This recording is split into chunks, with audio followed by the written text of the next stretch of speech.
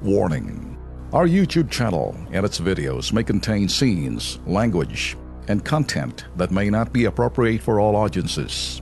These videos include surveillance footage, undercover pursuit of suspects, actual police and rescue operations, and fearless confrontations.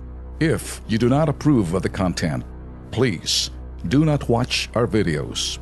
If you wish to continue, we strongly advise that you proceed with caution. Viewers' discretion is advised.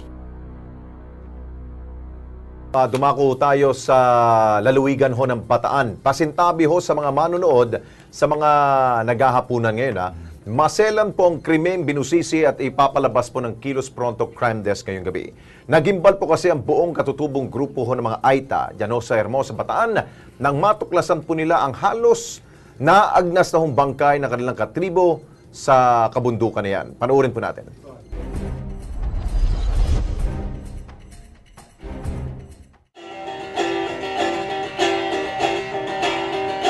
Sa saliw ng musika, ipinapakita ng mga katutubong AITA ang kanilang pagpapahalaga sa kultura at kalikasan ng Sitio Pastolan sa Barangay Tipo, Hermosa, Bataan. Pero ang payapat-payak na pamumuhay nila sa kagubatang ito, tila nilapastangan. Nabalot ng takot ang mga AITA nang matagpuan ang bangkay ng isang babaeng nakabitin pa sa puno. Nakataklob siya ng kumot at halos hindi na makilala dahil naagnas na ang kanyang katawan at balat. Kinilala ng biktima na si Angelique Charlotte Bulatao, 21 anyos, isang Chinese AITA na 4 na buwang nagdadalang tao. 15 ng Enero taong kasulukuyan, nang huling nakasama ng 39 anyos na si Rhoda Bulatao ang kanyang anak na si Angelique. Naglayas ang kanyang anak matapos silang magtalo tungkol sa itinatayong bahay. Sa labis na tampo ni Angelique sa ina, nagbanta pa siya noon na magpakamatay. Tinatawagan ko siya, hindi sumasagot, hindi rin nagre-reply. Yung panatag naman yung loob ko kasi ang sabi sa akin, nandun siya sa boyfriend niya. Hinihintay ko na lang siyang babalik ba sa bahay.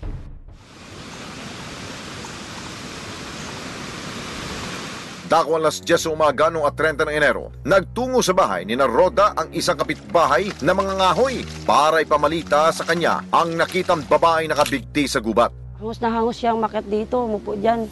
Ate Rhoda, bakit? Sabi ko, halika rito, sabi niya. May nakita ko na doon, bitin.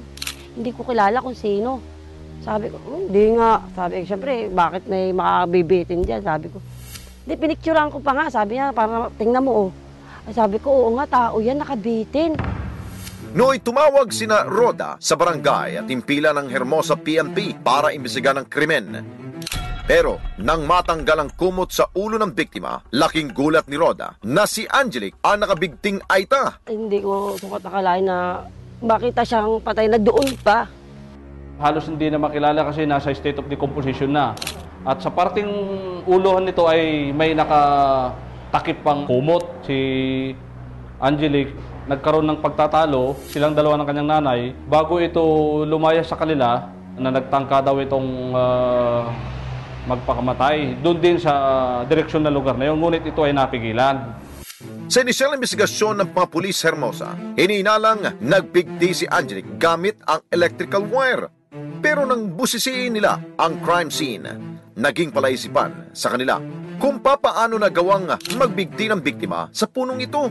Kahit tumuntong pa siya sa bangko, imposibleng maabot niya ang sanga ng puno na may taas na 10 feet habang nakaslant ang lupang kinatatayuan ng bangko. Napakataas ito para sa isang babae na 4 na buwan pang buntis para siya ay magpakamatay.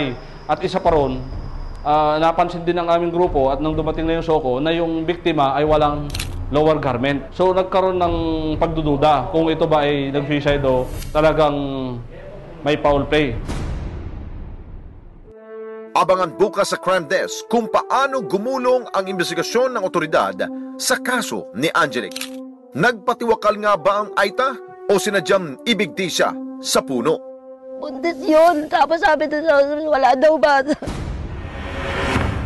Okay, subaybayan po ang kwento ng crime desk ha. Ang tanong ho doon, siya po ba'y nagbigti? Pero kung ang sinasabi ho ng kapulisan, medyo malabo daw magbigti dahil nga ho, paano niya akyatin at may taklukbong pa sa kanyang ulo. Abangan po yan bukas.